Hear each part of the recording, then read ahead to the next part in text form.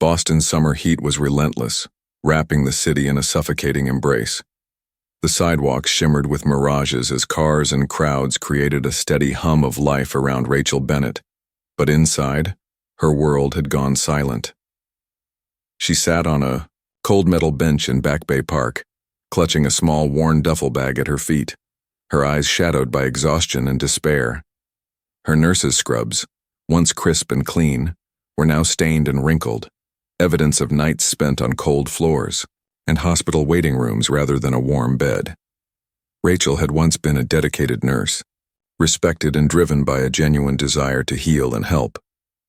But that life felt like a distant memory. A week ago, she had lost her father, the one person who always stood by her no matter what.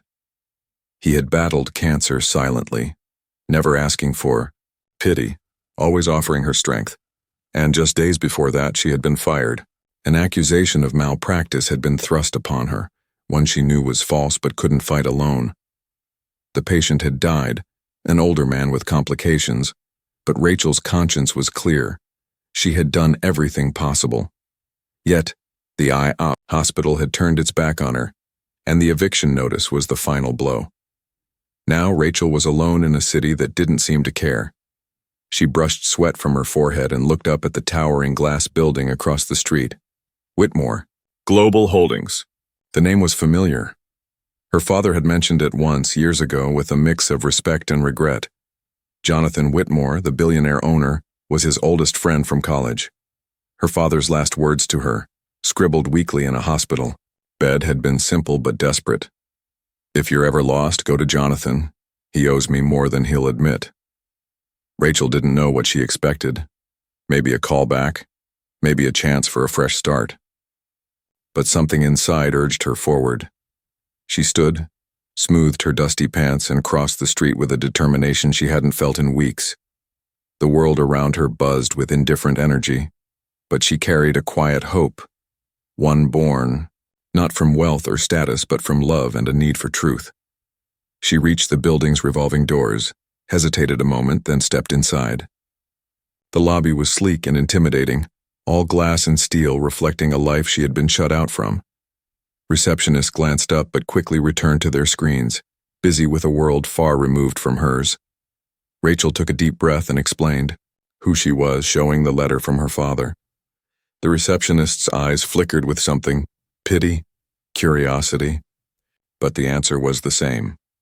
"Mr. Whitmore is unavailable." Turning to leave, Rachel felt a gentle tap on her shoulder. A young woman in a sharp suit smiled discreetly and whispered, "Wait here." Moments later, she returned with a man who moved with quiet confidence. Jonathan Whitmore's presence filled the room, his eyes sharp but tired. Rachel explained everything: her father's message, the false accusation, her loss. Jonathan listened, expression unreadable. Then, he leaned closer, voice low and steady, and said something that made Rachel's breath catch. "Your father told the truth. Emma, she's not gone. She's alive." For the first time in months, a flicker of light pierced through Rachel's darkness. A secret buried deep beneath lies, betrayal, and silence was about to unravel, and Rachel was the unlikely key. The truth she held would change everything, not just for her, but for a daughter lost to the shadows and the powerful men desperate to keep her hidden. The journey ahead was dangerous and uncertain, but Rachel felt the weight of her father's trust settle on her shoulders. This was no longer just her fight. It was a mission to bring light where there had been none, to rescue a soul forgotten by the world, and to confront the shadows that had stolen a daughter's life. Jonathan Whitmore's office was a stark contrast to the world Rachel had been living in, immaculate, polished, and filled with the subtle scent of aged leather and cedarwood. The sunlight streamed through the floor-to-ceiling windows, casting long shadows that danced across the sleek marble floors.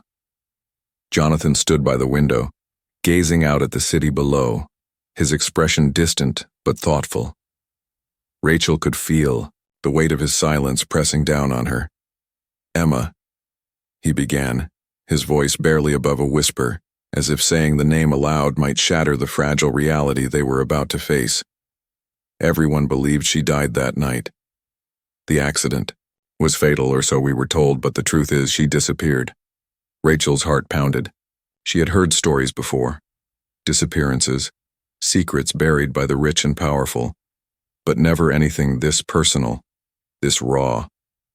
Jonathan turned to face her, his eyes locking with hers, searching for trust in a stranger's gaze. I trusted men I shouldn't have, he admitted, men who told me she was gone, but I never stopped searching. Then, months ago, a series of clues led me to a shocking discovery. Emma is alive, but she's been kept hidden, locked away, silenced. Rachel swallowed hard, the image forming in her mind of a young girl trapped behind walls of silence, lost to the world but not defeated. Why? She asked, voice trembling. Who would do this to her? Jonathan's jaw tightened. That's what we have to find out. Those same men who betrayed me, who wanted to protect their own interests at any cost. They couldn't allow Emma to speak.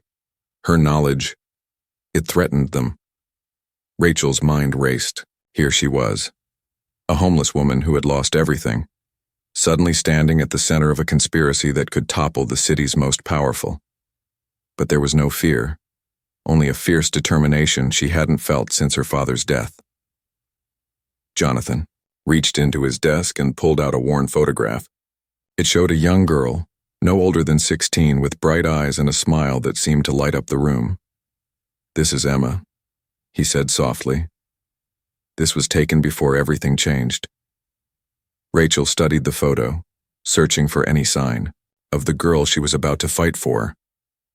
How can I help? She asked. Jonathan hesitated, then said, because of your background, and because you have nothing left to lose, you're the only person I trust to do what needs to be done. You'll have to get close, find out where she's being held, and bring her back.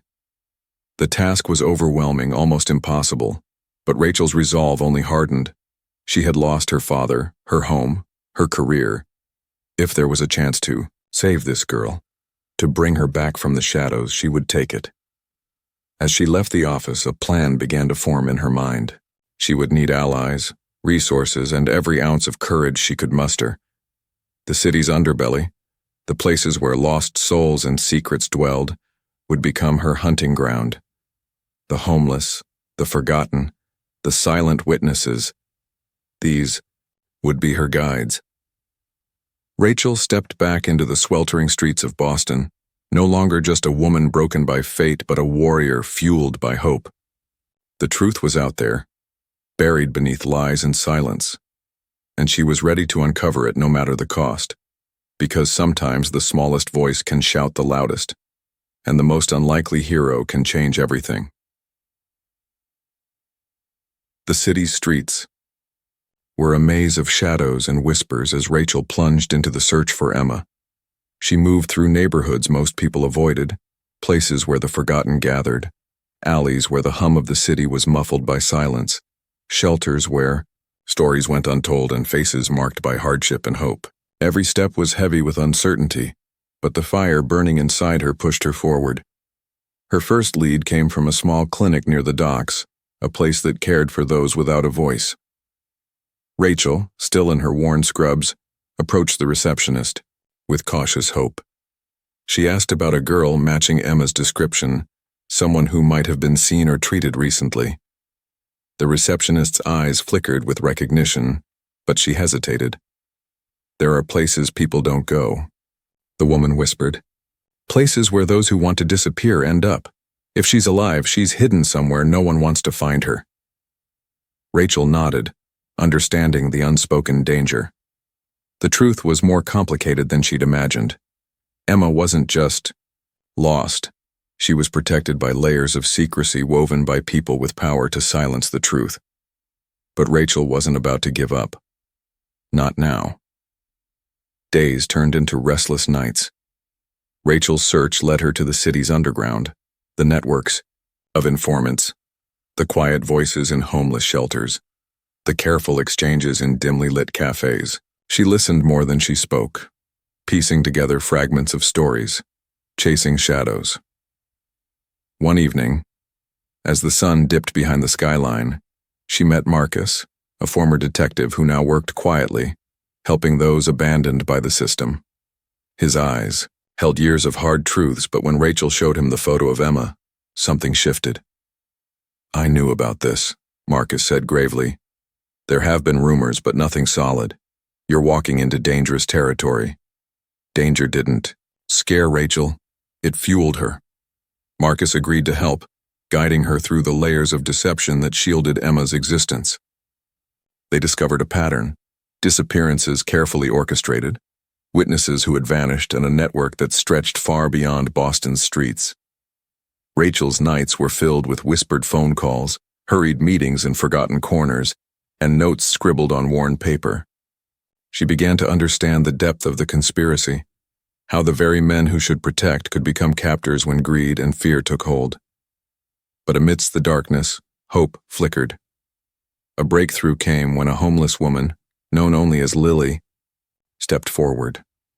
She spoke softly about a place, a rundown house on the city's outskirts where a girl matching Emma's description had been seen.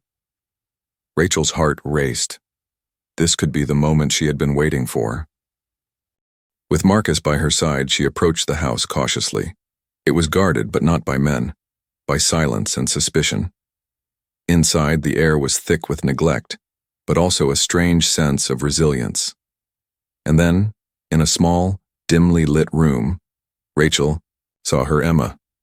Her eyes, once filled with light and laughter, were now cautious but alive. The girl who had been locked away, hidden from the world, was real, and she was waiting for someone brave enough to bring her back. Tears blurred Rachel's vision as she reached out, her whispered promise carrying the weight of everything lost and everything to come. This was just the beginning, of rescue, of reckoning, and of the truth finally breaking free from the shadows. Emma didn't speak at first. She simply stared at Rachel, her frame curled in the corner of the room like she'd become part of the peeling walls. Her eyes flickered with fear, confusion, and something Rachel recognized too well: betrayal. The room was sparse, a thin mattress pushed against the wall, the air stale with secrets. Rachel took a step forward, moving slowly, hands open, voice low and calm. "I'm here to help you," she said gently. "Your father." He never stopped looking. At the mention of her father, Emma's eyes narrowed, a mixture of disbelief and pain rippling across her face. "He thinks I'm dead," she whispered hoarsely, as if she hadn't spoken in a long time. Her voice was dry and trembling. "They told me he didn't care, that he let me go." Rachel knelt beside her, heart cracking at the thought of this bright young girl manipulated into believing she was abandoned. "That's not true. He's alive, and he's been searching ever since that night. He never gave up on you." Emma shook her head slowly, tears gathering in her eyes but never falling. "Then why didn't he come?" "Because they hid you," Rachel said, her voice firmer now. "They made sure he couldn't find you, but I did." Emma looked at her for a long moment, and then for the first time, something shifted. Not full trust, but a fragile thread of hope. Marcus watched the exchange from the doorway, arms crossed, his eyes scanning the hallway behind him. "We don't have long," he warned. "If someone realizes we're here, we're not leaving her," Rachel said instantly. "We won't," Marcus replied, already pulling out his phone. "I'll arrange transport, quiet and fast." Emma tried to stand, but her legs buckled. Rachel caught her, realizing just how weak she had become. Days, maybe weeks of malnourishment.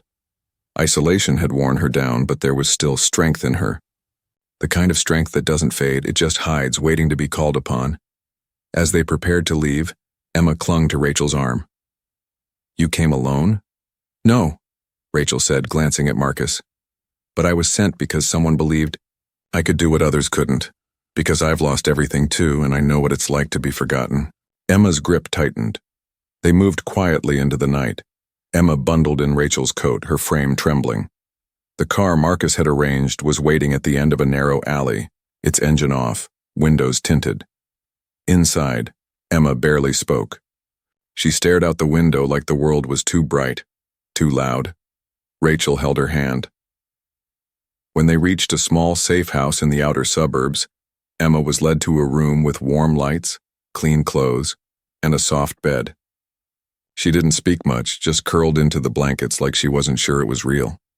In the kitchen, Rachel and Marcus sat at a small table, cups of untouched coffee between them. "She's been through hell," Marcus said. "And whoever's behind this, they won't stop. Not now." Rachel nodded slowly. "But we have her. And we have the truth." "What about Jonathan?" "He needs to see her," Rachel said, voice soft but sure. "But not yet. She needs to be ready and safe." They both knew this wasn't the end. It wasn't even close. The men who locked Emma away weren't just criminals. They were powerful. They controlled companies, decisions, entire systems. Bringing them down would take more than just proof. It would take courage, persistence, and a voice louder than the silence they'd forced on Emma. But in that moment, with Emma finally resting, and the first step of the rescue behind them, Rachel felt something she hadn't felt in a long time. Faith, not just in herself, but in the idea that the truth, no matter how deeply buried, always finds a way to break through. Morning light filtered through the curtains of the safe house, casting a soft golden glow across the floor. Rachel sat beside Emma's bed, watching, her chest rise and fall in steady breaths. It was the first peaceful sleep the girl had had in years, and Rachel didn't have the heart to wake her. But they were on borrowed time. Emma stirred slowly, blinking at the sunlight as if unsure whether she was dreaming. Her eyes found Rachel's, and for the first time, there was no fear. Only a quiet recognition. "I had a dream," Emma whispered, voice still raspy. "I was home, and he was waiting for me at the door. My dad." Rachel smiled gently. "That doesn't have to be a dream anymore." But the smile faded as the weight of what lay ahead returned. They had rescued Emma from captivity, but that was just the first crack in a wall built on lies. The people behind her disappearance weren't just common criminals. They were men trusted by the public, praised for their philanthropy and success, and they would stop at nothing to keep their secrets buried.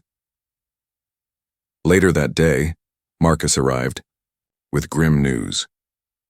"Someone's been asking around," he said. "Unmarked cars, unfamiliar faces in places they shouldn't be. They know she's not dead. We need to move fast." Rachel's heart pounded. They needed help, more than what Marcus and his underground network could provide. It was time to do what she'd been avoiding since the beginning. Reach out to Jonathan Whitmore. At first, he didn't believe her. Over a secured video call, Rachel laid out the story piece by piece. She watched the color drain from his face as she showed him the photo. Emma, alive, pale, but unmistakably his daughter. Jonathan leaned back, silent, stunned. His voice cracked when he finally spoke. "I buried an empty casket," he said. "For years I blamed myself. I thought I didn't protect her, and now you're telling me." "She's alive," Rachel said softly. "And she needs you. But you have to come quietly. No security, no announcements. If they know you're involved, they'll come after all of us." Jonathan nodded slowly. "Tell me where she is. I'm on my way." Hours later, the safe house door opened, and Jonathan stepped in. Time and grief had aged him, but as soon as Emma appeared at the hallway, wrapped in a blanket and holding Rachel's hand, the years melted away. He dropped to his knees. "Emma," he whispered, his voice breaking. She stared at him for a long, trembling moment, then stepped forward. She didn't say anything. She just collapsed into his arms, burying her face in his shoulder. He held her like he'd never let go again. It was a reunion, laced with tears and silence, too heavy for words. Rachel turned away, letting them have that moment. But as heartwarming as it was, reality loomed. "I have to tell you both something," Rachel said gently. "There's more. The men behind this, they didn't just take her, they covered it up. They staged the accident, paid off officials, manipulated hospital records. I have proof." Marcus placed a folder on the table. Inside were photos, documents, statements, all traced back to a web of corruption built around Whitmore's closest business partners. It was bigger than anyone had imagined. If we go public, Rachel said, they'll fight back, with everything they have. Jonathan looked up from where he was still holding Emma. Then we don't wait. We hit first, quietly, strategically. He stood, a new fire in his eyes. They thought they took my daughter to control me. They forgot who I am. Rachel nodded, a surge of determination pulsing through her. And they underestimated who she could become. Because Emma wasn't just a victim anymore. She was the key to unraveling it all. The storm came not with thunder, but with headlines. It started with a single leaked document, anonymously posted to a news outlet that still believed in truth over influence.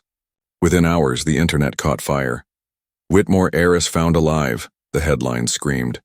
Billionaire's daughter resurfaces after years presumed dead. Social media exploded with speculation, and by nightfall, major news networks scrambled to verify the impossible. Jonathan Whitmore didn't hide. He walked into a press conference hand in hand with his daughter, her head held high despite the quiver in her step. Emma, once silenced by fear, now faced the world, shaky but unafraid.